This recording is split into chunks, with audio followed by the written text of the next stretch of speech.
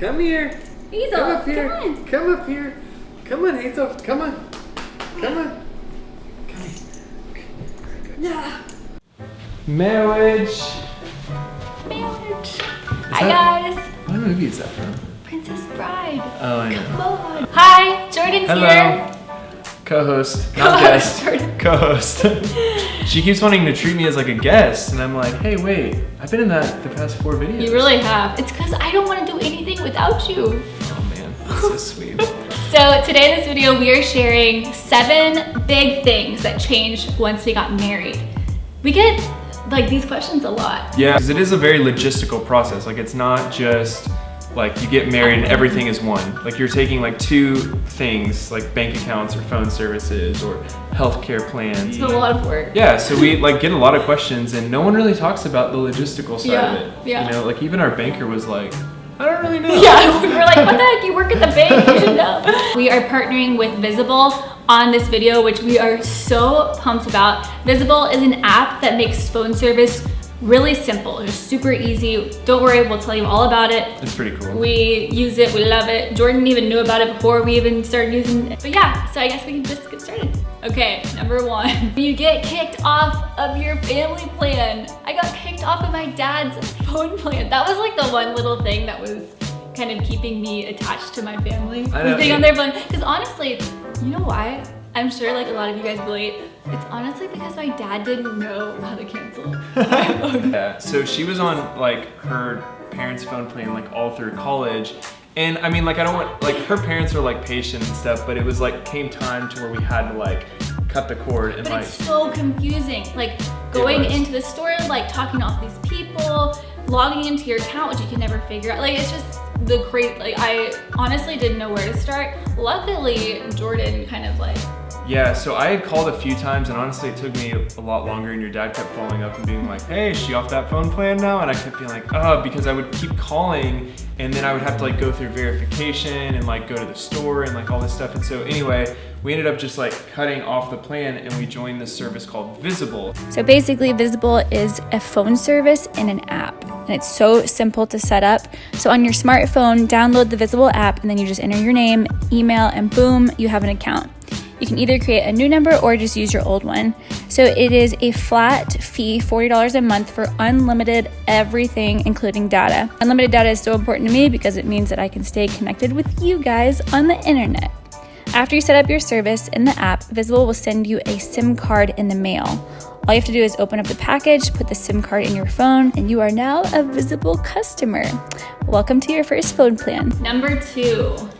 I think one of the biggest things that changed is the way that we love each other, which is kind of funny. Yeah. But it's more of like a day-to-day thing rather than, I think when you're dating or you're engaged, like you set up date nights or you do these like big things, maybe once or twice a week. Yeah. But now it's like we love each other through small things. I've had to learn that Dani's love language is like kind of all of them.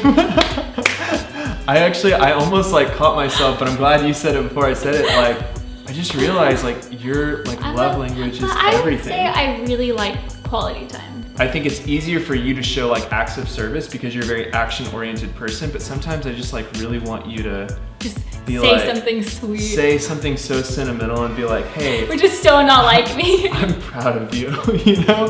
And it's like, we really dealt with that the first 6 months because you didn't really do those things naturally. Yeah. And I had to tell you like, hey, like I just really want to hear these things from you. It's not like you weren't loving me, you were just loving me in a different way. Jordan is definitely words of affirmation. Like you used to tell me like, can you just tell me what to do to like love you and I'll do it? Because you really legitimately wanted to, but I was like, I don't want to tell you, I want you to figure it out. And like the quiz like really helped us. Yeah. Because it was like, oh, that's the thing. I understand now. That's what I was gonna say is that I think it really helps you understand yourself too. Yeah. And understand someone else because the way that Jordan feels loved is so different for me that it's hard for me to understand. Yeah. But when I read that book, I was like, it all clicked. The third thing that changed was, I would say, time management. Sorry, my voice is kind of going like in and out. Just time in general? Time in general. Like how we, I mean, because we both work from home, so we can be around each other all the time if we wanted to. Usually Jordan goes to a coffee shop and I work from like the kitchen or, you know, somewhere in the house. But the way that we manage our time now has changed a lot. Yeah. I mean, you just like, when you get married, you inherently have less free time or like me time. Yeah. And that's not a bad thing. Like, I think that that's what scares a lot of people about marriage, but you know, we haven't found that it's a bad thing. In fact, like we, you know, the way that we've kind of coped with like time changing is like we actually made a list. You remember when we did this? Like we like made a T-chart and we were like, or no, it was like a Venn diagram. Is that what the one in the circle? Yeah. And it was like things Dani likes to do, things Jordan likes to do, and things we think we can do together. Yeah. So like I had all of these things that like I like to do in my free time or my me time, and like they're things that we wanted to do together. So we like started running together and like exercising together. And you know, there's like really easy ways to not freak out about losing like your me time. And like Dani's really good about, when we did that Venn diagram, of being like, hey, like this is what Jordan likes to do just by himself. Like read or like go to a movie. Oh yeah. He goes to movies by himself. You were so dumb with that. Sorry. And he likes doing It's puzzles. not weird. It's not weird. It's like very therapeutic to go to movies by myself. There's a lot of people that go to movies. Yeah. We're by our computers like all day long. So we have a shared calendar where, you know, because I have some friends from college that are getting married or have, you know, engagement parties or whatever's going on, and then Jordan has his separate friends. And so if we're not constantly communicating about like, okay, we have a bridal shower on this day and a wedding on this day, then that's whenever I feel like we've had conflict with like time management. So having a shared calendar has helped a lot, just stay organized. It sounds so funny because it sounds so professional, but it actually legitimately has like saved us. All right, number 4, holidays. Holidays changed so much for us whenever we got married. I think it changes for everyone. Well, I also feel like we're still figuring it out.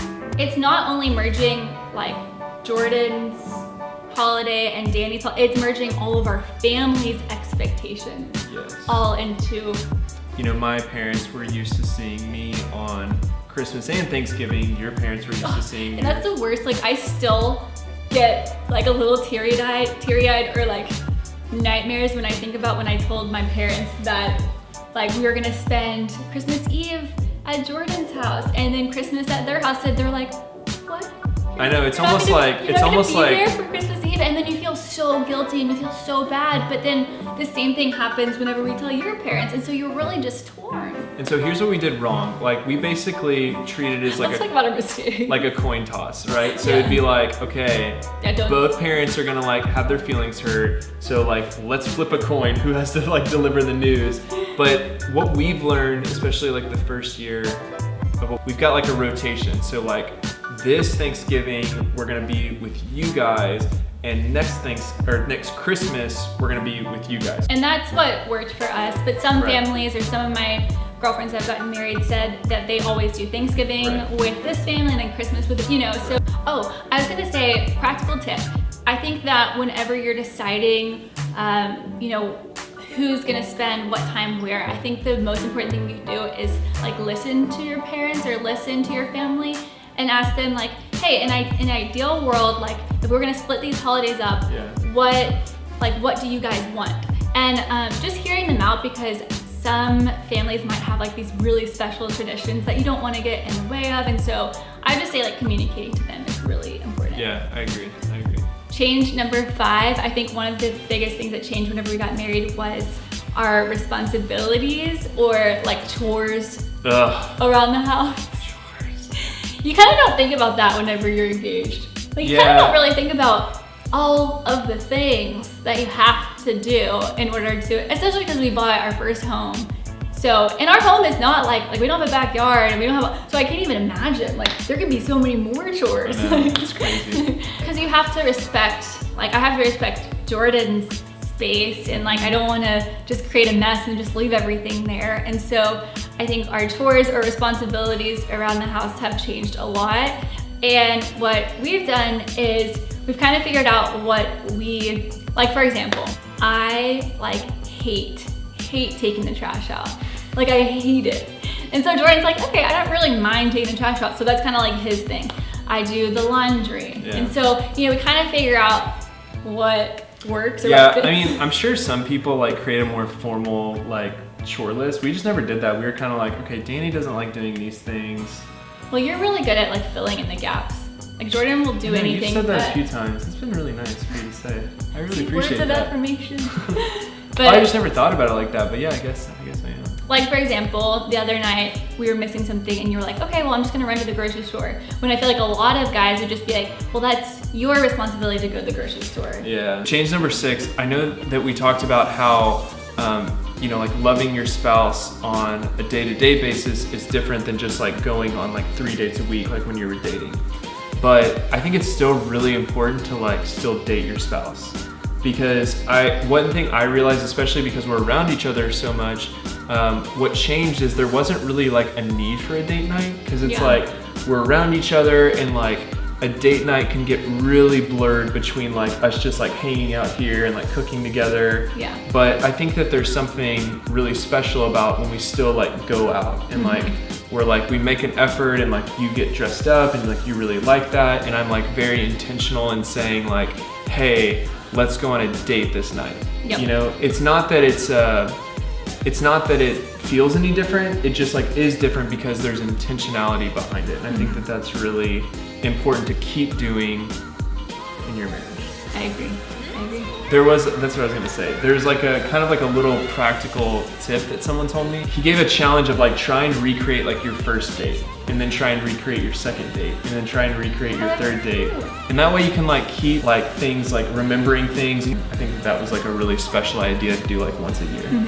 I agree. Something we also learned from another couple who'd been married for like 15 years, they gave us really great advice, and they were like, in order to keep everything balanced, like every time that you do, let's just say like we take a business course, or let's say we take a day and like clean out the garage, like for every day that we spend like time doing that, also couple it with a date night, or like something that we're kind of like balancing the two, rather than just like working all the time or focusing too much on keeping the house clean or our businesses. Like always make sure those are kind of balanced. Yeah, I agree. Change number 7. Budget/money. Budget. So when we first met, for example, I was living in a high-rise in downtown Austin. It was kind of like a little bachelor pad. I would get all of my groceries delivered. It was so expensive. Yeah. You didn't have anything. I didn't have anything else like to do with it, you know? Yeah. It's like, and then I feel like you traveled a lot before we've always been good savers, but like we didn't think about what we spent, right? And then once we like got on the same page about like, whoa, you spend that much on that? Okay, like, back up. Jordan. Not me, like we both did that, I'm saying. Like, No, like, I'm going to be honest here. Okay. And you are the one who set up all of that, which is great. Like honestly, I knew that we needed it.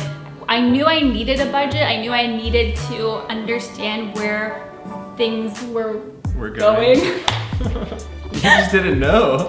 I know. It's so bad. Okay, it's so subjective. You'd just be like, I'd be like, well, why do you feel like you should spend that? And you'd be like, I think it'll benefit. It's just a feeling. And I was like, okay, well, how do you argue with that? No, I mean, we have credit cards that are strictly for this now. We have even our savings and whatnot. Like I kind of just always like just put money aside and was like, I'll save it. But now like you went through some stuff and like actually like more organized, and it makes sense now. I was like, if we're gonna get married, I think we should still have a budget for traveling, because if we have kids one day, like that's probably not gonna happen as much or as often.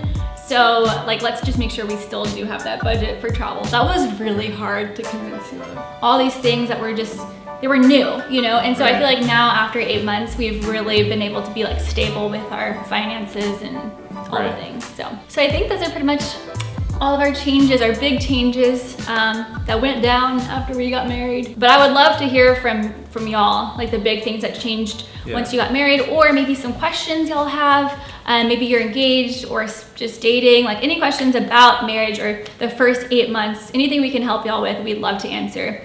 So thanks for watching this video. Thank you so much to Visible for sponsoring this video. We love you guys, and I guess we'll talk to you soon.